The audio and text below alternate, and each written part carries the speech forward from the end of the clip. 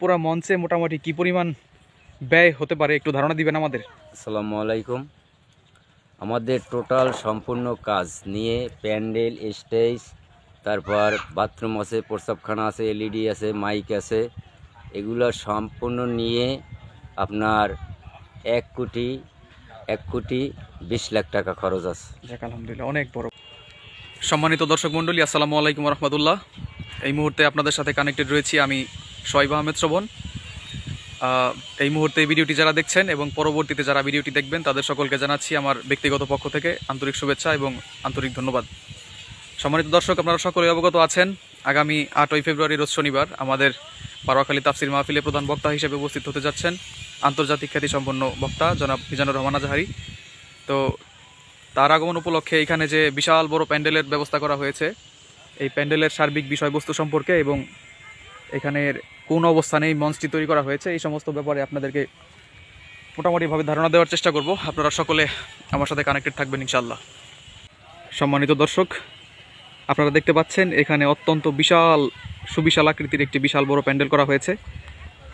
এখানে মোটামুটি 10 থেকে 15 লক্ষ মানুষের বা 10 থেকে 12 লক্ষ মানুষের সার্বিক আয়োজন করা হয়েছে। দেখতে পাচ্ছেন একটা সুবিশাল চকের মাঝখানে আমাদের এই মাহফিলের মঞ্চটি প্যান্ডেলটি করা হয়েছে।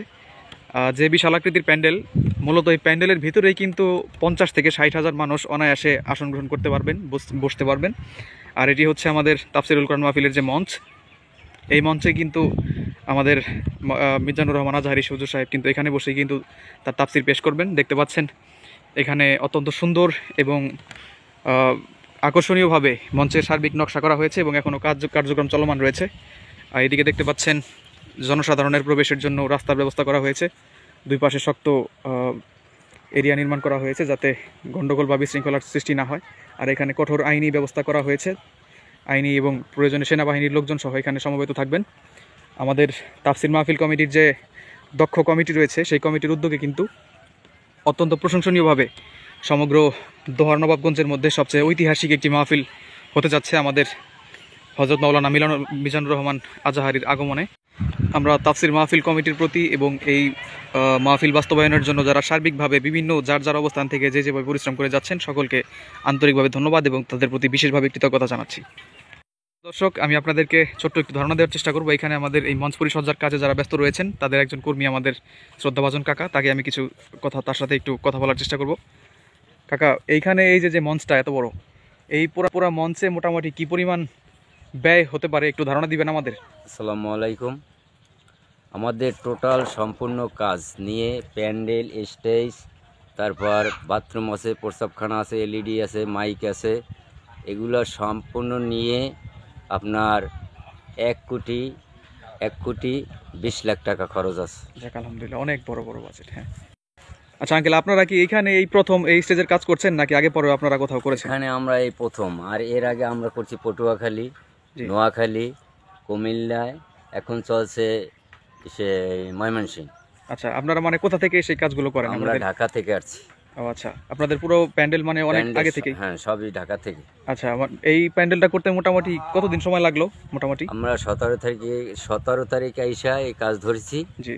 আর কাল হলো 6 তারিখ আমরা হ্যান্ড ওভার দেবো। ও আচ্ছা আচ্ছা। আর এখানে মানে এটার উচ্চতা মোটামুটি কতখানি? মানে উচ্চতা আছে 24 ফিট। 24 ফিট। আর 24 ফিট। এখানে মাপটার লম্বায় বা লম্বায় 400 ফিট, পাশে 260 ফিট। ও আচ্ছা, সম্মানিত দর্শক, আপনারা শুনেছেন যে লম্বায় এখানে 400 ফিট এবং পাশে কিন্তু 260 ফিট আকৃতির বিশাল এই প্যান্ডেলটি নির্মাণ করা হয়েছে। স্টেজ হলো 30 ফিট, জি, 6 ফিট হাইট। আর স্টেজ হচ্ছে 50 ফিট বাই 30 ফিট। আচ্ছা, স্টেজ হচ্ছে 50 ফিট বাই 30 ফিট। জি। আচ্ছা, আর যেখানে এই রাস্তা হচ্ছে, এই রাস্তা দিয়ে হচ্ছে আজাহারি সব আসবে, এই রাস্তা দিয়ে আজাহারি সাহেব প্রবেশ করবে। জি। আচ্ছা আচ্ছা, ঠিক আছে। ধন্যবাদ জানাচ্ছি কাকা আপনাকে আমাদেরকে কিছু তথ্য দেওয়ার জন্য।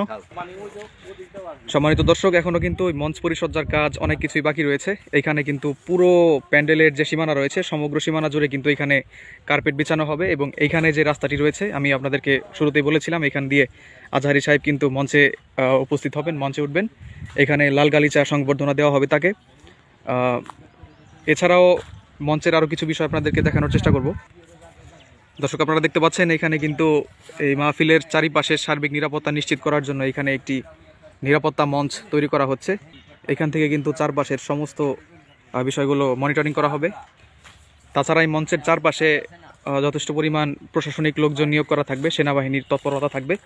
এখানে সুষ্ঠু এবং সুন্দর পরিবেশে মাহফিল সাকসেসফুল করার জন্য আপনাদের সকলকে আন্তরিকভাবে সহযোগিতা করতে হবে, সকলকে সমানভাবে। সম্মানিত দর্শক, শুধু এই মঞ্চটি কিন্তু নয়, এছাড়াও কিন্তু আরও 5টি মঞ্চ নির্মাণ করা হয়েছে আমাদের বারোয়াখালী ন্যাশনাল ক্লাব মাঠের পাশে, এবং এইখানে দেখতে পাচ্ছেন ওই পাশে, তারপরে দীর্ঘগ্রাম মাঠ এবং কোঠরি মাঠ, এরকম 4-5টা মাঠে কিন্তু আরও বেশ কয়েকটি মঞ্চ নির্মাণ করা হয়েছে, যে সমস্ত মঞ্চে পর্দার মাধ্যমে, প্রজেক্টরের মাধ্যমে কিন্তু আমাদের মা বোনেরা সুষ্ঠু সুন্দর পরিবেশে এই তাফসির শুনতে পারবেন, সেই ব্যবস্থা করে দেওয়া হয়েছে।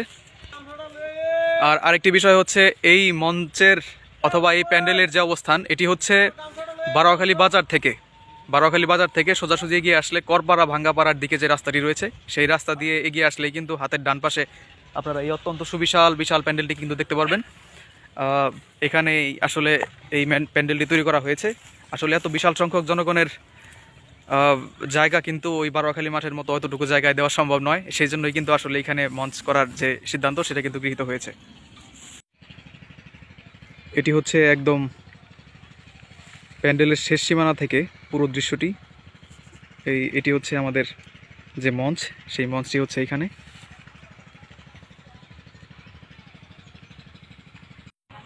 আপনারা দেখছেন এইখানে কিন্তু এই প্যান্ডেলটির কাজ করার জন্য যেসব শ্রমিকরা বা যেসব ব্যক্তিবর্গ কাজে নিয়োজিত ছিলেন, তারা কিন্তু এখানে তাদের থাকার জন্য কিন্তু এখানে তাঁবুর মতো ব্যবস্থা করা হয়েছে। খাবার দাবার থেকে শুরু করে সব কিছু কিন্তু এখানে মোটামুটি আরও 15 দিন বা 1 মাস আগে থেকে কিন্তু তারা এখানে অবস্থান করছেন। এখানে থেকে কিন্তু এই কার্যক্রম বাস্তবায়নের জন্য তারা কঠোরভাবে পরিশ্রম করে যাচ্ছেন। তাদের সকলকেও জানাচ্ছি আন্তরিকভাবে ধন্যবাদ।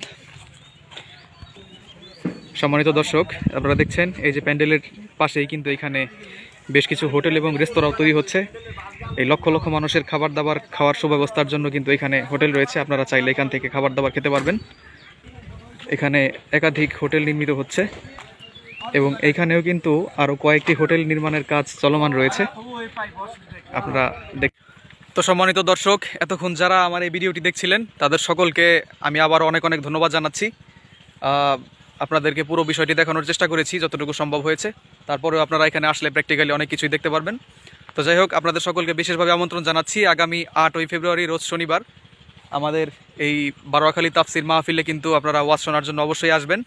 যে যার জায়গা থেকে সর্বাত্মক চেষ্টা করবেন আমাদের মিজানুর রহমান আজহারিকে দেখার জন্য হলেও অন্তত আসবেন, সেই আশাবাদ ব্যক্ত করছি। এবং সকলে ভালো থাকবেন, সুস্থ থাকবেন, যে যেখানে আছেন সকলের দীর্ঘায়ু কামনা করছি। সকলের সুস্বাস্থ্য এবং দীর্ঘায়ু কামনা করে আজকের এই ভিডিওটি এখানে শেষ করছি। ধন্যবাদ সবাইকে। আসসালামু আলাইকুম রহমতুল্লাহ।